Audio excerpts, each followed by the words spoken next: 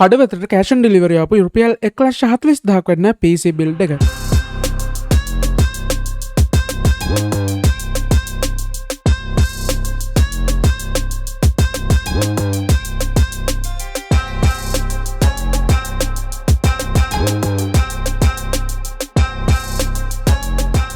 ඔන්න එහෙනම් අද අපි ඔයාලට ගෙනල්ලා තියෙන්නේ මේ ළඟදී අපි හදපු බජට් PC builder.